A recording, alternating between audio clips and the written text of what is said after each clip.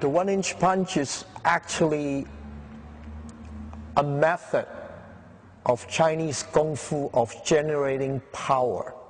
One-inch punch is a catchy term made up by Bruce Lee, which it actually is correct, but really there's all kinds of short power. I mean, you can use a short power palm strike, you can use, a half-inch punch or a 3-inch punch. And some people call them a trick. It could be a trick, it could be a motion, but it does the damage for what it is. It's pretty powerful. With your wrist joint is the best way to start usually, and just flicking it, giving yourself like a flat target, and you use the 3 bottom knuckles here, and you just pop forward.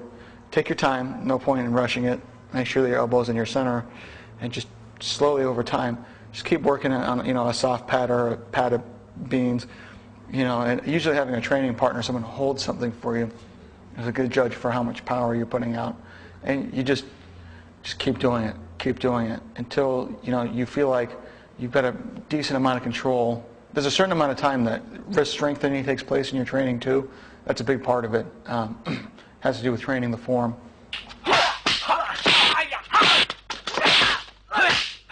The traditional way mostly go into the internal aspects, the centering of the qi. Okay, Chinese medicine have this concept of qi circulation in the body, and by developing the internal power, the internal qi, you develop the one-inch punch. One is first through the practice of breathing or qi meditation, through breathing visualization, developing power centers at certain parts of the body. That's the internal approach. Yeah.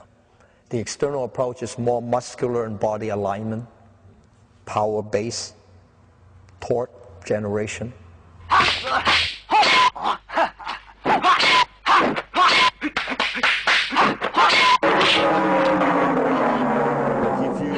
lot of fight starts with finger pointing and a lot of that stuff, and from that finger pointing, which is the closest to someone's solar plex, maybe a face, you can generate that one-inch punch that will actually be your winning card. So let's say the person, we attack, and the person kind of intercepts my punch. Boom, boom. That's that one-inch punch comes in. Without pulling back, that's from a combatic standpoint.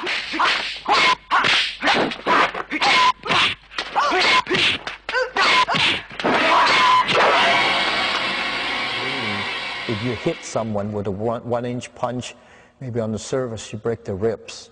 Internally, you might shock their internal system. You can rupture someone's spleen. You can damage the liver. You can bruise someone's heart. Something wrong with one of your vertebrae, and someone strikes you really hard, the power is going to try to find an easier way out, and it'll go through that to the injury point. So, in extreme cases, guys have been known to strike someone in the front and then injures their back. You're hitting his vulnerable point. That's also the key too. But obviously, if you hit this weakest man at the strongest point, you're not gonna do any damage because he's got muscle protection.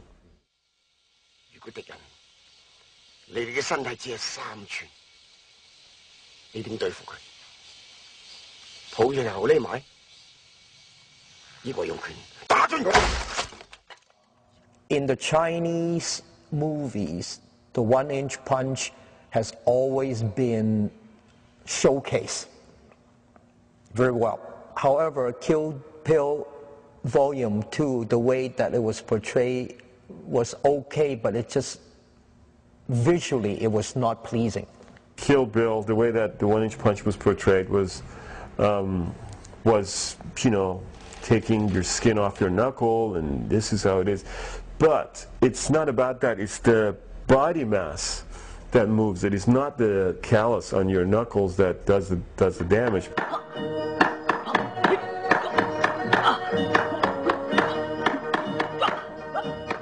I would continue to teach the one-inch punch as part of my curriculum, if the student get that far.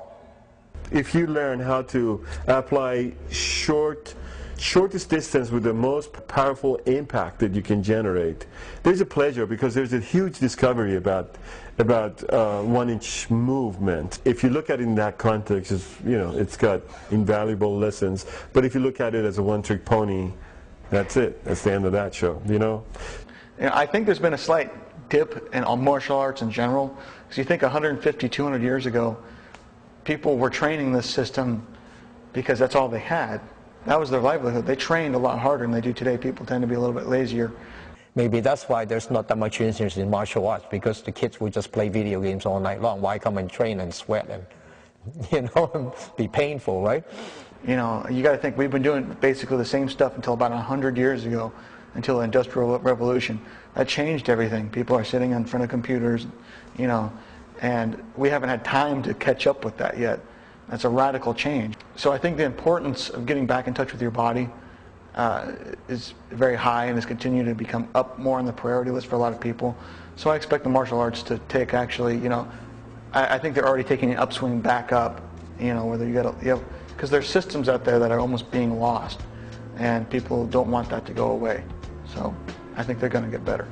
The consequence of 1-inch punch that happened in Long Beach, for me at least, is it's amazing, and I think it keeps opening doors, and I think that would be the future of 1-inch movement or 1-inch punch.